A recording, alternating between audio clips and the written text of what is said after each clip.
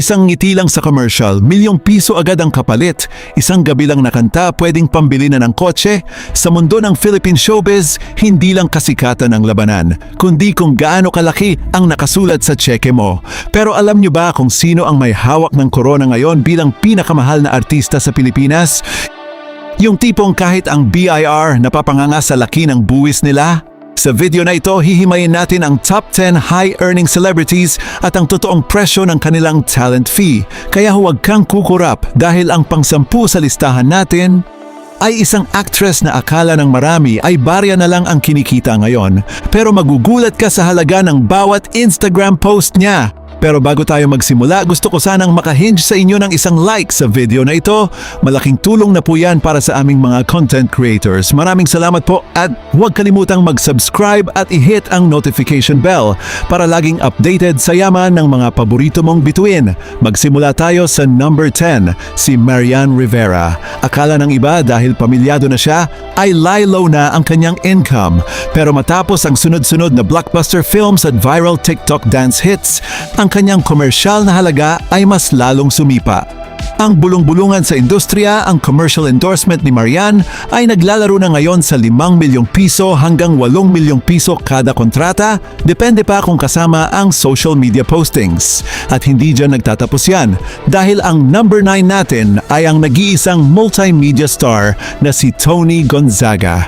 Kilala sa pagiging batikang host at box office actress, si Toni ay hindi lang umaasa sa TV stations.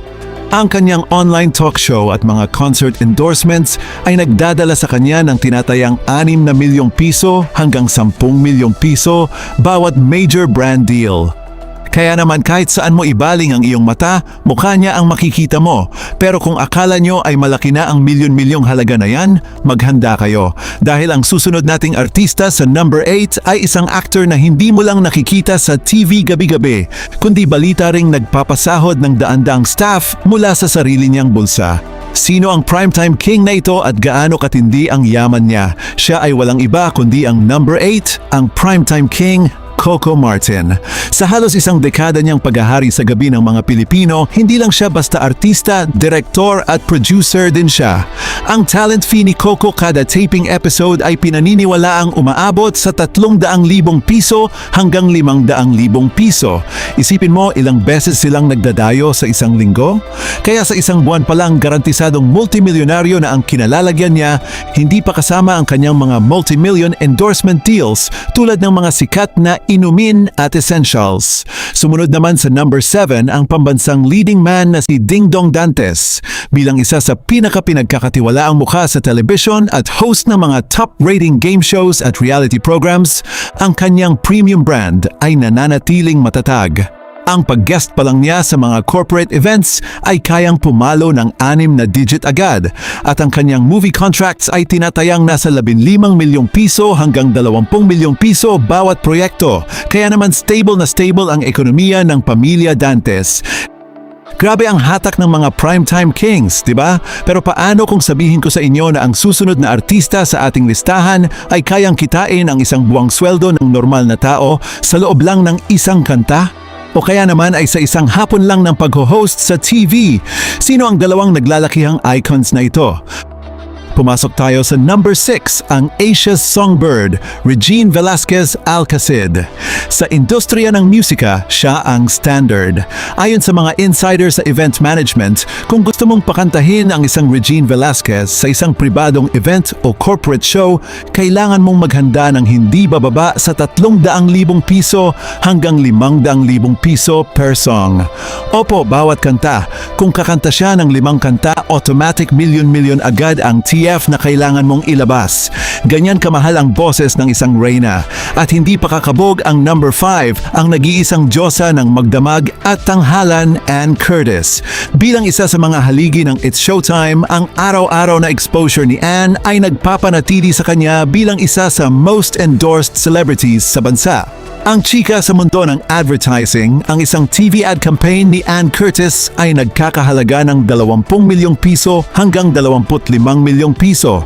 At sa bawat araw na nakikita mo siyang nagpapasaya sa tanghali, may guaranteed na 6 na sahod siyang natatanggap na umaabot umano sa 300,000 piso to 450,000 piso per episode. Isang kanta, kalahating milyon, isang araw na host, pang down payment na ng bahay. Pero teka, lahat ng binanggit natin ay wala pa sa top 3 dahil ang susunod na pangalan ay ang itinuturing na unkabogable star na ayon mismo sa Bureau of Internal Revenue o BIR ay isa sa pinakamalaking nagbabayad ng buwis sa buong Pilipinas. Magkano nga ba ang halaga ng kanyang katatawanan?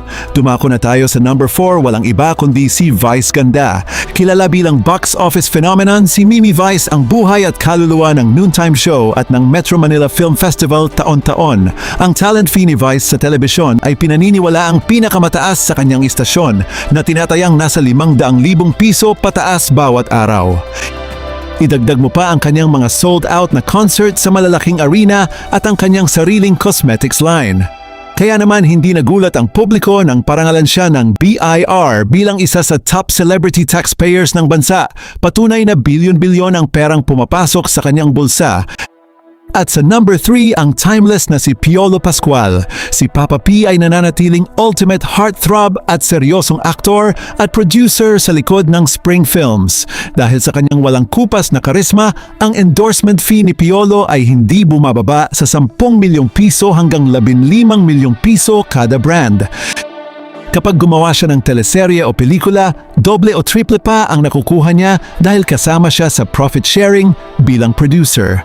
Napakalupit ng narating ni Papa P at Mimi Vice, pero sino ang natitirang dalawa sa tuktok? Ang number 2 ay ang kasalukuyang box office queen ng bagong henerasyon na bawat pelikula ay bilyon ang kinikita sa takilya. At ang number 1, siya ang veteranong host na nagmamay-ari ng sarili niyang helicopter at TV studio. Kilalanin natin sila. Narito na tayo sa number 2, ang nag-iisang Catherine Bernardo. Siya ang phenomenal box office queen ng bansa. Matapos ang kanyang mga makasaysayang pelikula na bumasag ng mga record sa takilya, ang market value ni Catherine ay lumipad sa langit. Ang isang taong kontrata sa kanya ng mga dambuhalang korporasyon ay naglalaro na ngayon sa 15 milyong piso hanggang 25 milyong piso bawat isa. At ayon sa mga international studies, sa Instagram pa lang niya, kaya na niyang kumita ng mahigit 200 milyong piso sa loob lang ng isang taon mula sa mga paid partnerships. Siya ang definisyon ng ginto sa showbiz ngayon. At ang number 1 na may pinakamalaking hatak pagdating sa personal na yaman, block time control at talent fee synergy. Walang iba kundi si Willie Revillame. Si Kuya Will ay hindi lang basta artista, siya ay isang institusyon at producer ng sarili niyang mga programa. Noong rurok ng kanyang mga daily shows, ang kita niya ay tinatayang umaabot sa 1.5 milyong piso hanggang 2 milyong piso bawat araw dahil sa kombinasyon ng kanyang TF at direktang hatas mula sa mga sponsors. Ang kanyang tinatayang net worth na nasa 7 bilyong piso ang nagpapatunay na siya ang hari pagdating sa usapang kitaan sa entertainment industry. Madaling maakit sa milyon-milyong halaga na nakikita natin sa kanilang mga talent fee. Madaling mainggit sa mga mansyon, mamahaling kotse at marangyang buhay. Pero ang pinakamagandang aral na pwede nating makuha sa kanila ay ito. Ang talent fee ay hindi lang bayad sa talento. Ito ay bayad sa sakripisyo, disiplina at consistency. Bago naging milyon-milyon ang halaga ni na Catherine, Vice at Coco, nagsimula sila sa puyat, pagod, paulit-ulit na pag-reject sa mga audition at mabababang sahod. Ang bawat milyong halaga na nakasulat sa cheque nila ngayon ay katumbas ng mga taon na ibinuhos nila para hasain ang kanilang sarili at ang matinding responsibilidad na pasayahin ang milyon-milyong Pilipino. Sa buhay, ang iyong value o halaga ay tataas lang kung handa mong pagtrabahuan at paghirapan ang iyong sining at abilidad. Huwag mong habulin ang pera, habulin mo ang kahusayan at ang pera na ang kusang susunod sa iyo. Kayo mga kasama, sino sa mga artistang ito ang sa tingin ninyo ay pinaka-deserving sa kanilang napakalaking talent fee? At kung kayo ang bibigyan ng pagkakataon na magkaroon ng ganyang kalaking kita sa loob ng isang araw, anong unang-una mong bibilhin o gagawin? I-comment mo ang iyong sagot sa ibaba dahil babasahin ko yan isa-isa. Kung nagustuhan mo ang video na ito, huwag kalimutang i-like, mag-subscribe at i-share ito sa iyong mga kaibigan.